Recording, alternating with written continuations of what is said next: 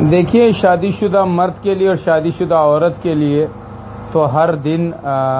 خوشی کا دن ہے، ہر دن عید کا دن ہے، اور ہر رات جو ہے وہ شب قدر کی رات ہے۔ عبادت ہی عبادت ہے۔ فرمایا بہترین عورت وہ ہے کہ جب تو اس گھر میں داخل ہو جائے تو وہ مسکراتے ہوئے تیرا استقبال کرے اور جس سے وہ تیری دن بھر کی تھکاوٹ اتر جائے۔ لیکن چونکہ ہمارے ہاں تو ہر چیز کے لیے اب دن مقرر کیا گیا ہے،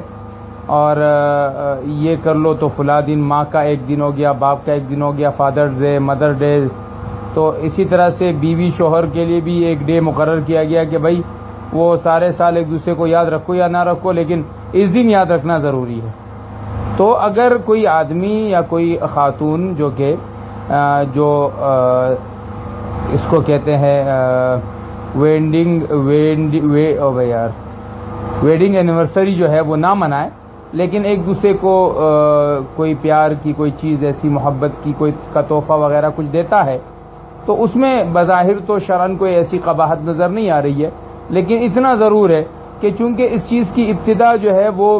ان لوگوں سے ہوئی ہے جن کا دین اور اسلام سے دور دور کا تعلق نہیں ہے۔ حضور اکرم صلی اللہ علیہ وسلم، اصحاب کرام یا جو بڑے اکابرین اسلام تھے، ان میں سے کسی سے اس چیز کا ثبوت نہیں ہے، لہذا اس چیز کو